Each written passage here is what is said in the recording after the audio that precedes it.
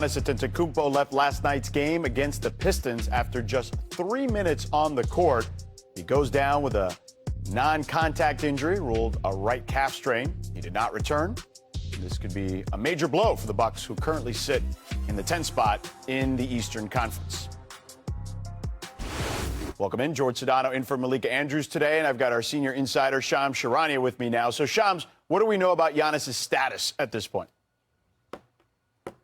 George, I'm told Giannis will miss approximately 2 to 4 weeks with this right calf strain. So the worst case scenario of a more significant calf strain or an Achilles injury has been avoided. But expect both the Bucks and Giannis to be cautious with this calf strain. This is his third calf strain since April 2024. He's had 2 on the left leg, 1 on the right leg. So the Bucks here now will be playing without Giannis for an extended period of time. And the schedule gets tougher for them as we look ahead here. So what does that mean for their season going forward? George, depending on their results, their outcomes without Giannis, it could very well shape whether the franchise has an open-mindedness to the realities around this season, around Giannis and his future. We saw last night in the Detroit games, key players stepped up. Kevin Porter Jr., Ryan Rollins, and General Manager John Horst, Coach Doc Rivers, they have believed in this roster's ability to contend in the Eastern Conference. So this will now give the team a runway for its own evaluation period in the coming weeks. 7 of the next 11 games the rest of this month on the road. And we've seen with and without Giannis. With him, they have one of the best offensive ratings in the NBA. Without him, they have the worst. Wow. We'll certainly keep tabs on all of it, Shams. Thanks. Appreciate it. So Giannis has made All-NBA consecutive seasons 9 straight times here. Only LeBron has a longer active streak. Now, if he misses 9 games or more while recovering from this injury, that would make him ineligible for the awards this season. So let's dive further into what's going on here with Giannis. In the last 24 hours, we got Tim McMahon, Ramona Shelburne, the Hall of Famer Mark Spears with me now. So, Mark, how does this injury impact the Bucks-Giannis situation? Well, from a playing standpoint right now, I talked to Doc Rivers a little while ago, and, I mean, how do you replace Giannis, right? You don't. You don't. But they're going to lean on their backcourt. Kevin Porter, they got Scooters averaging about 20 points per game. Ryan Rollins is averaging 18. That's not a lot, but that's what they're trying to do. And Jericho Sims is going to start at center. But in terms of, like, trading for Giannis or something like that, I don't need to know his health. He'll come back at some point. If I'm a GM, I'm still trying to get him. I just think it's going to be real quiet, right? That was a heck of a report Shams had yesterday, and I think the entire league stood up and took notice and wants to know more. And everybody I've talked to in the last 24 hours is like, does he have a list? How close are we? Where is this? And because he's going to be out, because Giannis is going to miss, if it's a 4-week injury, that's 11 games. So that's 11 pre-games and post-games and practices and shoot-arounds that nobody's going to be asking him questions about his future in Milwaukee. And I think that's probably, other than the fact that he's not out there, that's probably good for the Bucks, because it's not going to be as much of a story and it's not going to be a distraction day-to-day, night-to-night. Those 11 games matter a lot, because if they can stay in contention without him, and they haven't been good without him so far this year, but if they can stay 500 or close to that, then you have more of a case for when he comes back to say, let's play this out. All right, so Ramona thinks that could potentially be a blessing in disguise in regards to distractions. Tim, how do you feel? A blessing for Giannis in disguise, because he doesn't have to answer the questions on a day-to-day, game-to-game basis. But the question obviously is, has Giannis played his last game in a Bucks uniform? This will absolutely not deflate his value. I mean, it's a 2-time MVP. It's one of the best players in the league. Yeah. Giannis's value is not going to be affected by a 2 to 4 week injury. And look, we've seen as recently as last season a superstar get traded while he was recovering from a calf strain. By the way, I remember that one, for Tim. another superstar who was recovering from his own injury. Right. Yeah. Now, the difference here is if Giannis gets traded, it's not going to be in secret. Okay, the Bucks will secret coffee. Yeah, if the Bucks have to trade this guy, they will create a bidding war. Right. And again, this injury is not going to impact the interest in him. Absolutely not. All right, well, listen, I don't know if you guys realize this, but there was 45 more minutes of a game yesterday that's between right. the Bucks and the Pistons. So let's take a look at those 45 minutes of basketball. Win this game, right?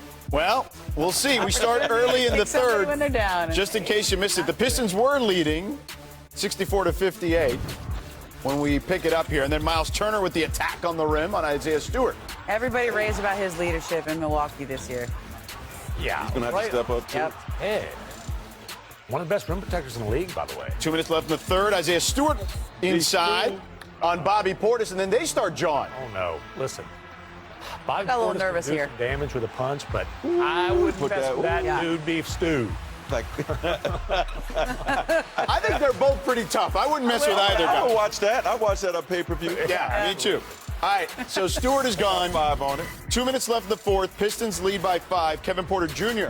with the drive. He finds A.J. Green on the kick. That's pretty. He nails the three. They've missed Bucks. Kevin Porter Jr. when he's been out. Bucks now trail by 2. Next possession. Bucks still trail by 2. Ryan Rollins Giannis. with the miss. Got it. Sims with the putback. Bouncy. So he gets the and one. 13 seconds left. Pistons trail by 3. Cunningham tries. Nowhere near the basket. So the Bucks hold on to win by 4, even without Giannis. Rollins' story is amazing. The Pistons are the highest scoring team in the paint this season, but the Bucks got the upper hand on Wednesday despite getting only 3 minutes from Giannis, who is the individual leader in paint points this particular season. Milwaukee's 79% clip in the paint was also the best by any team against Detroit this season. Jamal Murray coming off his season worst 10 points against Dallas on Monday, where he was also dinged up, sprained his ankle in the third, didn't come back for the fourth. Looking to bounce back here. Nikola Jokic finds Murray. Looks healthy. Looks okay to me, right? Second quarter, Nuggets up 5. Murray from the elbow. So the ball has healing powers, and he had it in his hands a lot last night. Final 5 seconds of the half. Murray with the step back 3. Murray 23 in the first half. Now let's go to the second half. Murray had 34 points through 3 quarters. It was a Murray flurry in the fourth, though. Watch this on the handoff. Oh, it's snowing in Denver, baby. Oh, no, it's in Indy, my bad. Snow's there, too. Yeah, it was snowing there, too, because I was there this weekend. Different kind of snow, though. Yeah. Oh, my God. Oh, my gosh. You okay? My hands are so hot that the snow's got to cool it off, but even that can't do it. Here's another 3. Oh, no, little step back there. Come on. Oh, the arrow? Gave him the arrow? Murray, 52 points, 10 of 11 from 3. My guys over here, they owe me some words, so I got everybody here. What's up, brother? Man, what are you doing? Outstanding game. What is going on? Do Mans have something to say? Holy smokes! Nah, that's how you're feeling, bro. It's crazy. Yeah. Hey, I'll be the first to say it. Yo, Jamal, you're the best, brother. Yeah, Jamal. Best to ever do it. Best to ever do it. You already know. Well, they're not wrong. The group chat there was not wrong. Jamal Murray shot 19 for 25, including 10 of 11 from 3, as I mentioned. It's the second time Murray has had an effective field goal percentage of 95% or better in a game with at least 25 shots. Nobody else has done that once in NBA history. So Jamal Murray is already the 3rd Nugget this season with a 50-burger, joining Jokic and Aaron Gordon. Denver becomes the 3rd team in NBA history with 3 different players to drop 50 in a game in the same season. Steph, KD, and Clay did it for the Warriors in 18-19. Jerry West, Elgin Baylor, and Rudy LaRusso with the Lakers in 61-62. Every day. For what it's worth, the Warriors and Lakers lost in the NBA Finals those seasons. Rudy LaRusso, baby. Coming up, for the first time this season, the Dallas Mavericks have a winning streak. Is it just good health, or are they figuring things out? Plus, how are the Spurs staying red hot without their eighth? Let's go coast to coast. We start in Houston, where KD, Şengün, and Amen combined for 72 points in a win against the Kings. Russell Westbrook actually became the 17th all-time leading scorer in this game, passing Tim Duncan. Ramona, he's got a real chance to finish in the top 10. Think he gets there? It depends on if he plays this year and next year. If he plays 2 years, then he has a real chance. If he just plays this year, then I think that'd be hard. He does have a chance at top 5 in assists, though. Probably this year. Wow, look at that. Russ climbing the charts, as they say. There he is. Let's go to San Antonio. Spurs improved to 7-2 without Wemby, thanks to this huge block you're about to see by Luke Cornett. Hey, Get out of here. Can we all do it? Usain Bolt, baby. Oh, Yeah. my gosh. De'Aaron Fox had 31 as well. He led the way. Tim, what are we learning about these Spurs without Wemby? We're learning that this is a team that has a chance to do some damage in the playoffs. This team has real depth. Cornette's been a huge signing, and De'Aaron Fox is hooping. They took a big swing last year before the trade deadline, and we are seeing that pay dividends right now. Let's move on to the Pacific Northwest, where the Blazers were in action against the Cavs. They get an upset win, 122-110. Denny Advia continues his incredible start this season, finishing with 27, 8, and 7. He's averaging nearly 26 a game. So, Mark, is he for sure an All-Star this year? On the international team, I don't know the rules, how many guys, but He should be. Serving, the record probably doesn't help him. But if you got the NBA package, you got to tune in to watch this cat. And, he looked great in Cleveland last night. I'm all for it. All right, let's go, Denny. All right, now we move on to Dallas, where Cooper Flagg and Anthony Davis hosted the Miami Heat. There's Coop. Him and AD. AD going to work. He kicks it to Coop. Pulls up from the elbow. Good to go. Mavs down 5. Now early in the third, Mavs up here by 13. Ryan Nembhard finds AD for the hammer. He's healthy. Early in the fourth, Mavs up 8. Davis connects with Flagg again. He gets the N1. When does he turn 19? December 21st. Wow. Missed the free throw there. 2 minutes to go. Dallas up 6. Flagg gets it back. Wonder Boy. Spin, turnaround jumper. The Wonder Boy was the guy who left Dallas last year. Yeah, it's your book if someone wants to pick it up. Andrew Wiggins against Flagg. Flagg rejects him. Plays both ends of the floor. Amazing when you have him playing in position, how much better he looks. Next Mavs possession. AD going to work here. Finds Flagg underneath. And that'll do it. What Mavs, do you think? 4-5? Cooper Flagg at the 4? Mavs win their third straight. All right, welcome back here. So, you have to Tim. do the goggles if you're wearing the protective glasses. You already got anyway. Oh, yeah. Go on. True. It's a little Well, I mean, I think the glasses and the goggles are like a 2-for-1 kind Depends of how deal. bad your eyesight is. Yeah, it's true. All right, what's been the key here on this 3-game win streak? I mean, look, it obviously helps to have Anthony Davis back in the lineup and healthy, but this is being driven by the rookies. Plural, okay? Cooper Flagg is living up to the hype. He is as he was billed, but the contribution they're getting from undrafted rookie Ryan Nembhard on a 2-way contract has started the last 4 games. Folks, last 2 games, 43 points, 23 assists, 1 turnover. 1 That's turnover. If you Never watch- been done by a rookie, drafted or not, ever. If you watched him in college, though, this is what he did at Gonzaga. Like, he did not turn the ball over. He controlled the game. He could shoot the ball. Like, he is a real offensive threat. Yeah, and that's Andrew's little brother, right? Yeah. I mean, this is, And you do mean little. yeah, 5'11", listed at 5'11", okay? But he's on the 2-way deal, but he stepped right into there. And the Lakers immediately, his first game when he played, they threw LeBron at him hoping he'd be scared, right? Like, oh, I got LeBron. I mean, he did great. People aren't necessarily guarding him yet. They're sort of letting him shoot and seeing if that he can beat him. But he's beating them, and it's amazing when you have a real point guard out there how different everything else looks. Because Cooper Flagg, where Jason Kidd would have him in that role, when he was playing point guard, he had the best perimeter defender on him all the time. That's high pressure, like an Amen Thompson on you.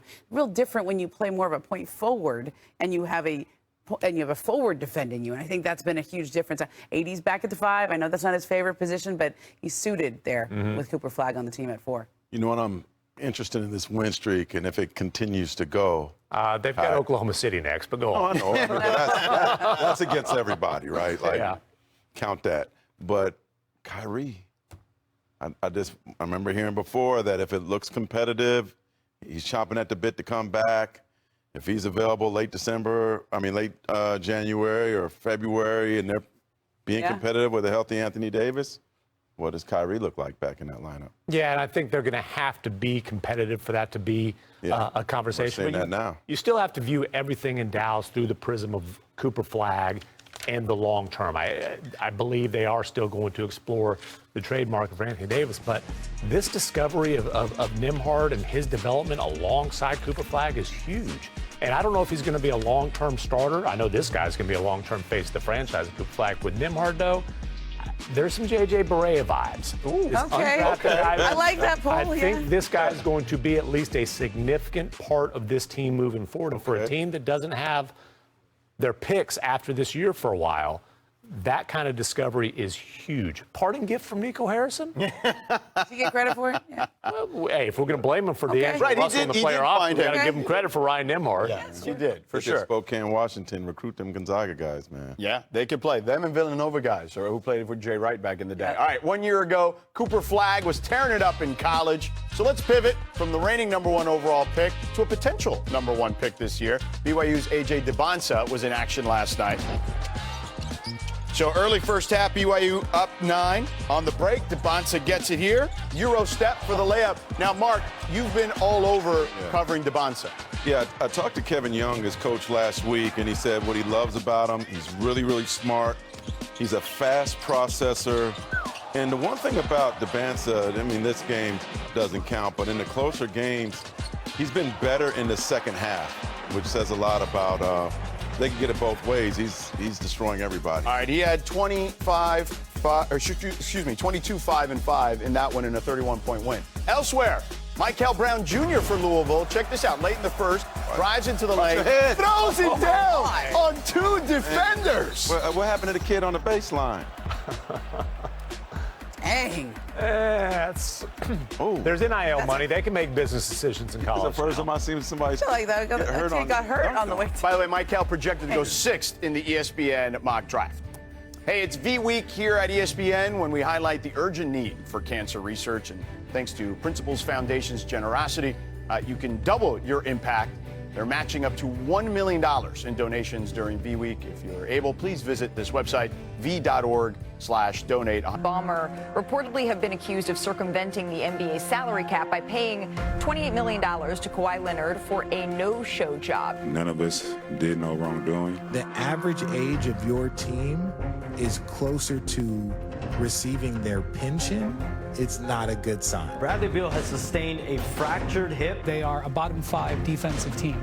The Clippers look like hot garbage. Chris Paul posted on his social media saying, quote, "I just found out I'm being sent home." That organization right now is a mess.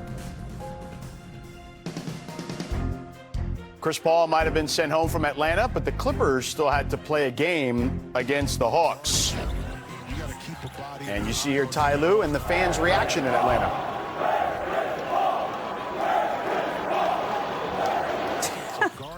So the fans giving them some grief there. Early on here, James Harden finding Kawhi for 3. Man, they needed this win so bad. Later in the third, Kawhi knocks down the jumper in the paint. He finishes with 21. Next possession for the Clippers. Kawhi finds Harden on the wing for 3. Harden was 5 of 14 from 3. Under 2 minutes in the third. Clippers up by 16. Harden, he'll hit the step back. I thought that was a huge shot because so many of these games that they've lost, they've blown leads just like this. And that shot made it where they were going to win. Here's Ty Lue pregame on why it didn't work with CP3. It just didn't work out like we thought it would, you know. And like I said, I don't like it for CP, you know, but it just wasn't a good fit, you know, and we understood that. And so, like I said, it was an organization, you know, they made the choice, you know, and so moving forward, you know, we got to see what we do. Do I want to see CP go out like this? No, I have a lot of respect for him. He's been a friend of mine over the years, and you never want to see a great go out, you know, like this, but I'm pretty sure he will find something because he's a great player. He's, you know, and so I didn't want to see it end like this. All right, so the shockwaves are still reverberating about this, but Ramona, what can you tell us about how this whole thing has played out?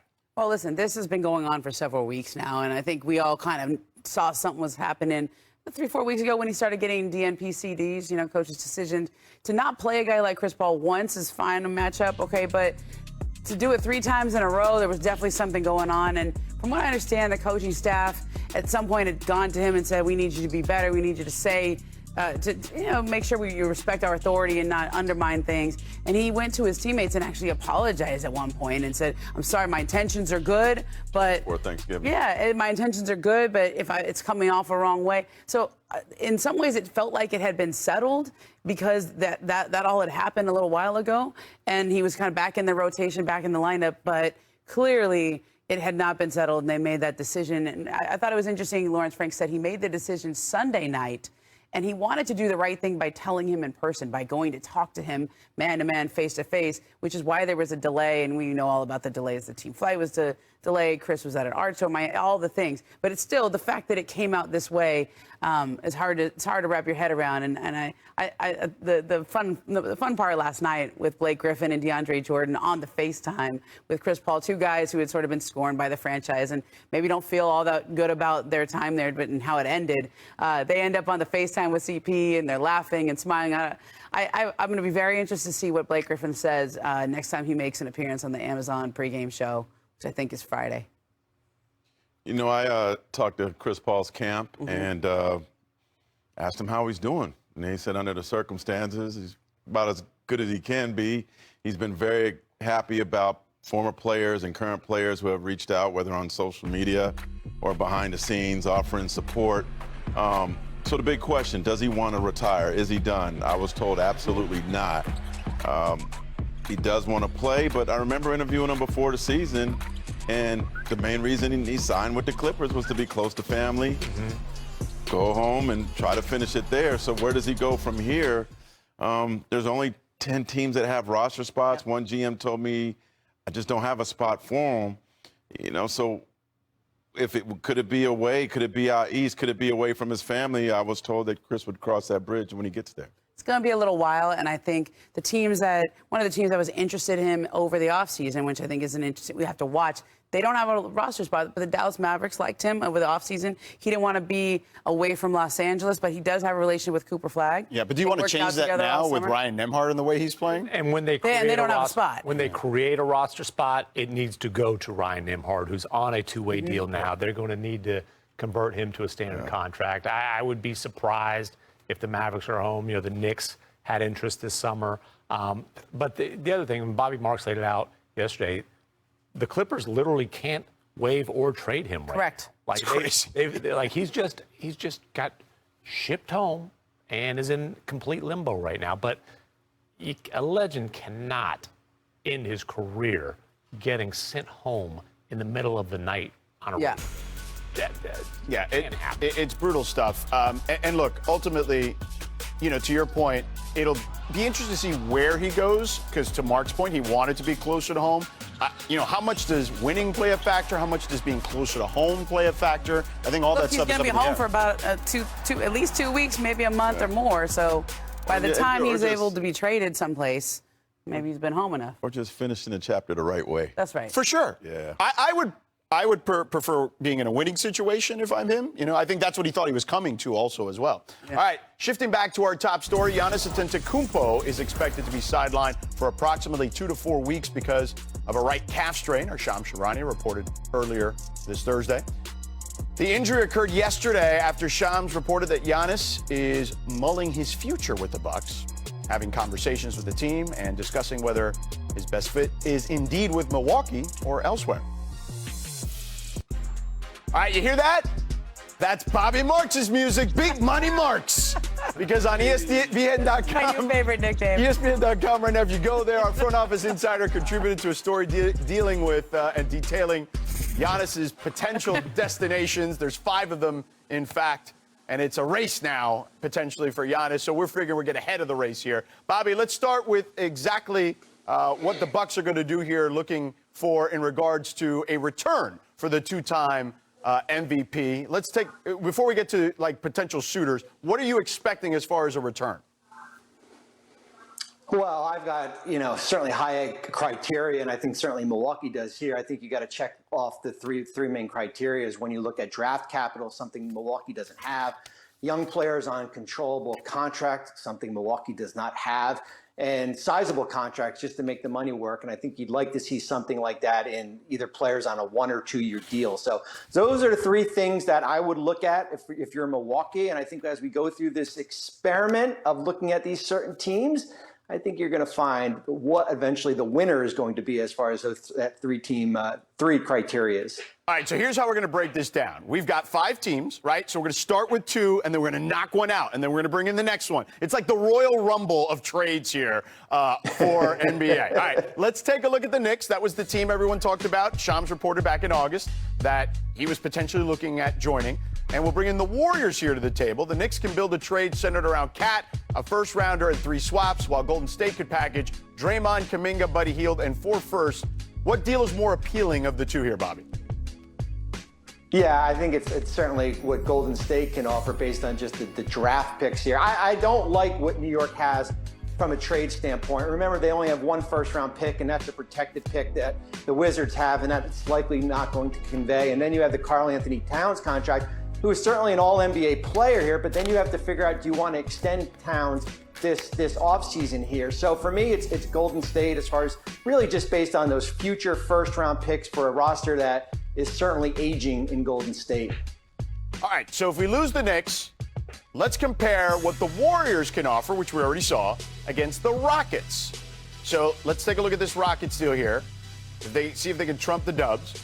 Packaging Şengün, Van Vliet, and an unprotected Suns pick. Go ahead, Bobby.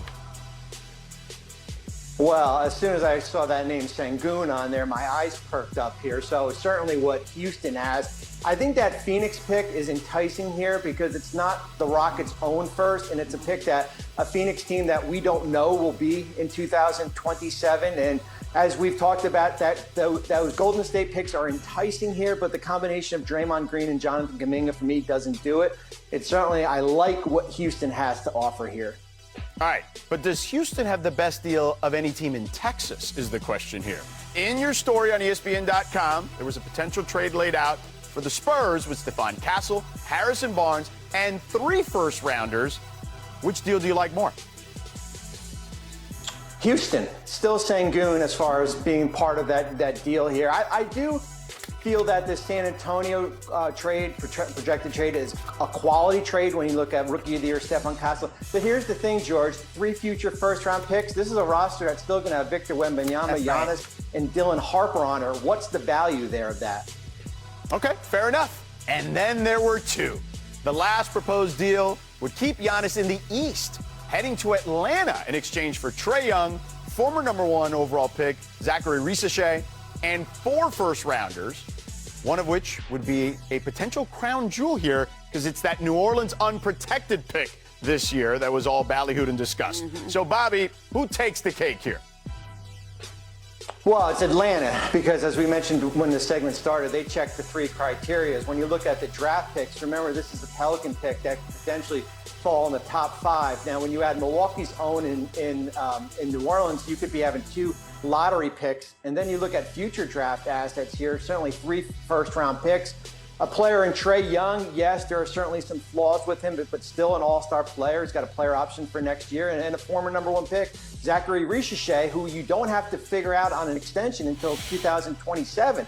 So controllable contracts, rookie players, draft equity, and players on short-term deals. It's Atlanta that has the most to offer in a Giannis trade. All right, big money marks. Thank you for the time. We appreciate it. It looks like he's got black Air Force One energy there as well. All right, Bobby, thank you so much. All right, so here's the deal, Tim. Do you like the idea of the Hawks pushing all the chips to the table? I like the idea of the Hawks pushing their chips in much more than I do either of the Texas teams, right? I don't know that Trae Young is going to be part of the Hawks' long-term future. That is murky at best right now. But I can tell you this.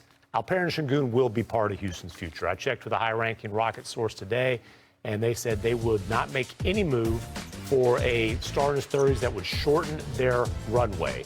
And by the way, they were able to acquire KD without shortening the runway.